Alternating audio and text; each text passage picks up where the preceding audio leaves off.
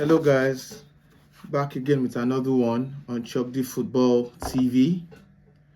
Guys, I know this one is a late one because this one happened on Sunday, but fortunately Manchester is red as we know it. Manchester is red again. So for those of us that watched the game against Manchester City, Manchester United versus Manchester City, the game was a boring game to me. It was a boring game. It had its moments in that game. The game had its moments. How it was a battle of two coaches. So in Amorim and Pep Guardiola. As we all know now, City are on they're on a weird form. They're on a bad form at the moment, which is unlike City. We haven't seen them be in this type of form before. We haven't seen Pep go through this type of, you know, problem before. So I think it's strange to a lot of us football lovers, but for those of us, the lovers of the Premier League, we love to see it because the dominance has to stop. Like Pep has made the Prem look like a farmers league for like almost a decade. So I'm happy to see it. Like I always say, I support two clubs. I'm an Arsenal fan and I'm a Real Madrid fan. So that is that. Speaking on the game, it was a very boring game, like I said, but it had its moments. There are a few shout outs I would like to give. And one of the shout outs is obviously um, to Manchester United. When Manchester City took the lead, Gaviol, that guy has been doing very well, by the way. When they took the lead, it was like a familiar sight for a lot of us because even as Manchester City have been doing bad recently, we still kind of had it at the back of our minds that City were going to win the game. They were going to beat Manchester United. I think a lot of us had that at the back of our mind that they were still going to win regardless. So when Gabriel scored his goal, it was like, I think at the back of my mind, I was thinking like, okay, the floodgates are open now. I didn't think the game was going to be a high scoring game. I didn't think it was going to be a high scoring game, but I had in my mind that if Manchester City were to win the game, they would win the game like 2-0. So by the time they scored, I actually thought in my mind, okay, they would probably score another goal. But I actually thought they were going to win. But then Manchester United turned up. They turned up in the second half. They turned up in the later stages of the game.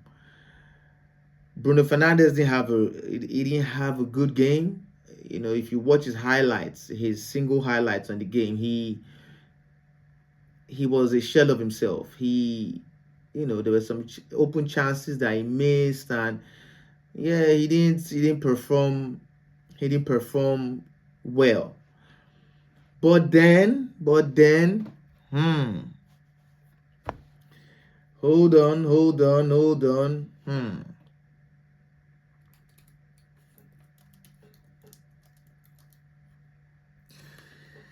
Hold on. Yep. But then we have to give a big shout out to Amad Diallo. That guy the dude is a baller. Amad Diallo, dude is a baller, and we've always seen stints of that this boy had promise. Obviously under Eric Ten Hag, for some reason, I feel Eric Ten Hag underused him, didn't really believe in him, because even when the guy went to Sunderland and was incredible, he came back from loan. And under Ten Hag, he was misused in the sense whereby even the games where he played and he performed, you would see that even in the next game, Eric Ten Hag would bench him, would bring him on late, sometimes not bring him on, and would leave Anthony to play, to play 90 minutes. And I think personally, that was one of Eric Ten Hag's downfall, his stubbornness, in the sense whereby I feel like there were a lot of players that were bought courtesy of Eric Ten Hag under his stint at Manchester United that didn't perform well, but he kept on playing them to justify the fact that he spent the amount he spent on them, if you know what I mean.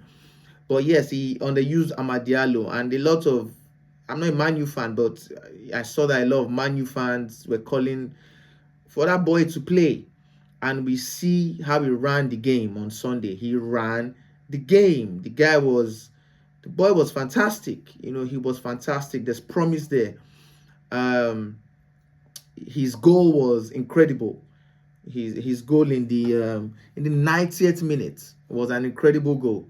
The pass from Martinez, which was a fantastic pass as well, and the control to beat the keeper, and the goal itself. Even the first goal to cost the penalty, the way he pressed to get that ball, and the whole stupid challenge by the Manchester City player to cost the penalty and whatever. And Diallo was incredible during that game. So that's really about it. Manchester United is red, although they're still like 13th on the table, which is still horrible. I think I see a lot of Manchester United fans pulling on strings because they've beaten City. Now they feel like, I don't know, they feel like the Dondadas of the league. Like, you guys need to relax, like, chill. You still have a long way to go. But that's about it. Manchester United is red for now until they meet again. And big ups to Manchester United, big ups to Amorim, big ups to Amad Diallo. He had a fantastic game. And that's about it for this one. Until next time, thanks for watching. Peace.